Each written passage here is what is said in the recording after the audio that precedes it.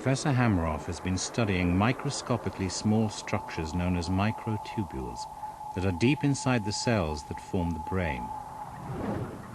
It is at this microscopic level that he believes that the brain produces the mind. The inside of cells, including nerve cells, are comprised of a network or forest of girders or cylindrical structures called microtubules that self-assemble to form the shape of the cell. They are also the nervous system of the cell and process information internally to organize what happens within each cell and also how cells interact with other cells. These microtubules are actually very well designed as computational devices. Hameroff proposes that the microtubules are tiny on-board computers which organize cellular activities within the brain. He's been studying the behavior and the structure inside the microtubule itself. He believes that the microtubules act as quantum computers.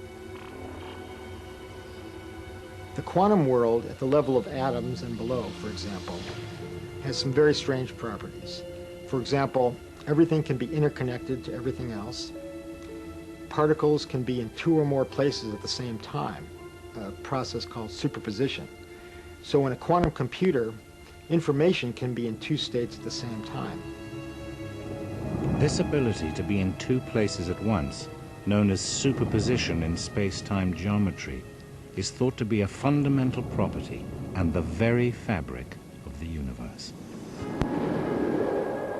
The fundamental level of the universe is so infinitesimally small that it's impossible to even imagine.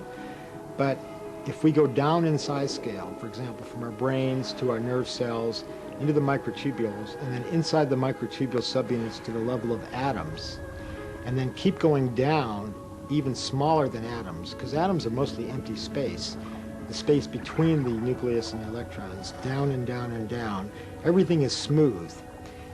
But eventually we reach a level where there's some kind of coarseness or irregularity.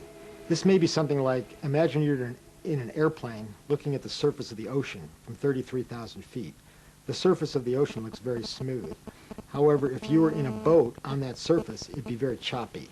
And there's a pattern, obviously, in the waves in the surface of the ocean. Similarly, when we get down to this fundamental level of the universe, there's information, there's patterns. And that information carries conscious precursors that give rise to our complex consciousness. It is here, at the most basic level of the universe, deep inside the brain, that Hameroff and Penrose believe consciousness occurs. Their theory is based on a well-established field of science, the laws of general relativity as discovered by Einstein. Einstein told us that everything, matter, energy, space, and time, are all particular arrangements, the fabric of the universe, which works on the tiniest of scales. It's at this level that consciousness may also exist, connected to the brain by quantum processes in the microtubules, inside nerve cells, which could explain how the near-death experience occurs. When the brain stops functioning, the microtubule coherence, if you will, the pumping metabolic activity stops, and this information leaks out. It isn't lost, it isn't destroyed, because it's occurring at the fundamental level, so it just leaks out into the universe at large. But rather than dissipate and spread out, it hangs together due to another strange phenomenon called quantum entanglement or quantum coherence. So I think by this mechanism it's possible for consciousness to exist, at least temporarily, outside of the body. For example, floating above the ceiling, floating above the body, observing the resuscitation. Okay, Kai. How you doing? Open your mouth. Okay, in the recovery, surgery's all over. Professor Stuart Hameroff's theory may have given us a glimpse of what life after death could mean, into a world we don't yet have the technology and scientific capability of fully understanding.